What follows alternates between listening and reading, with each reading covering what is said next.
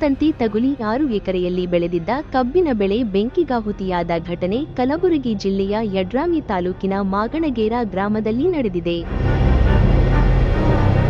ಗೊಲ್ಲಾಳಪ್ಪ ನಾಗಾವಿ ಎಂಬ ರೈತರಿಗೆ ಸೇರಿದ ಕಬ್ಬಿನ ಬೆಳೆ ನಾಶವಾಗಿದ್ದು ಜೆಸ್ಕಾಂನ ನಿರ್ಲಕ್ಷ್ಯವು ಘಟನೆಗೆ ಕಾರಣವೆಂದು ಆರೋಪಿಸಿದ್ದಾರೆ. ಅಗ್ನಿಶಾಮಕ ದಳ ಸಿಬ್ಬಂದಿಗಳು ಸ್ಥಳಕ್ಕೆ ಆಗಮಿಸಿ ಬೆಂಕಿ ನಂದಿಸಿದ್ದಾರೆ.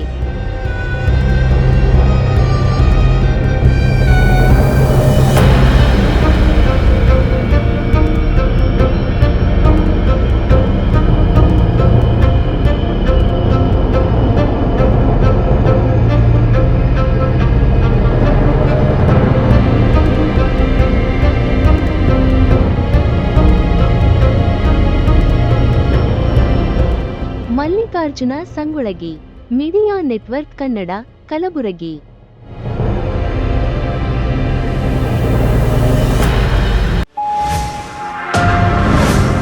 Media network